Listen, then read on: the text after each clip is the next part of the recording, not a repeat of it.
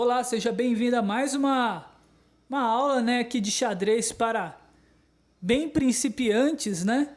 Para que vocês conheçam um pouco do jogo.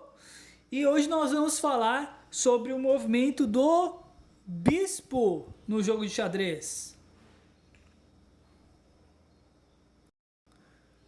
Então, meus amigos, vamos falar hoje sobre o bispo. Bem, o bispo, ele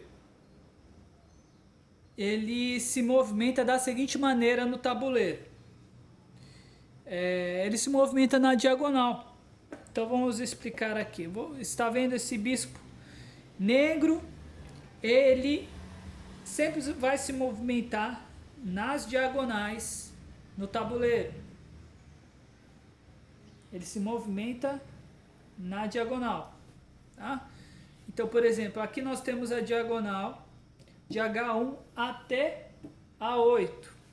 Então, veja bem que ele se movimenta tanto para a direita, para cima, quanto para a esquerda, para cima, quanto para a esquerda, para baixo, quanto para a direita, para baixo. Pode se movimentar tanto em uma casa, quanto, né, para qualquer dos sentidos, né,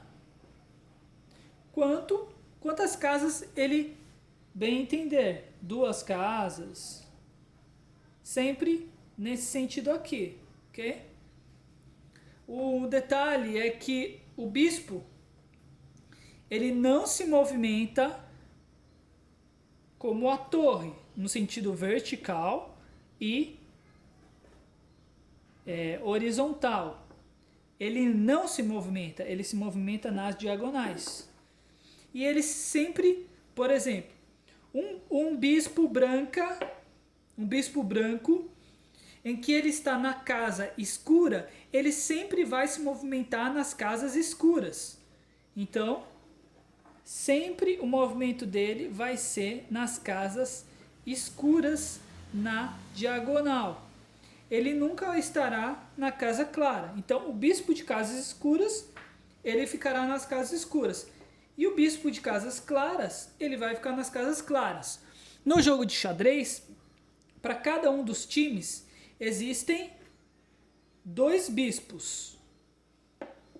2 bispos. E cada qual é o bispo das casas claras e das casas escuras. Ok? Então essa é a regra do bispo no jogo de xadrez.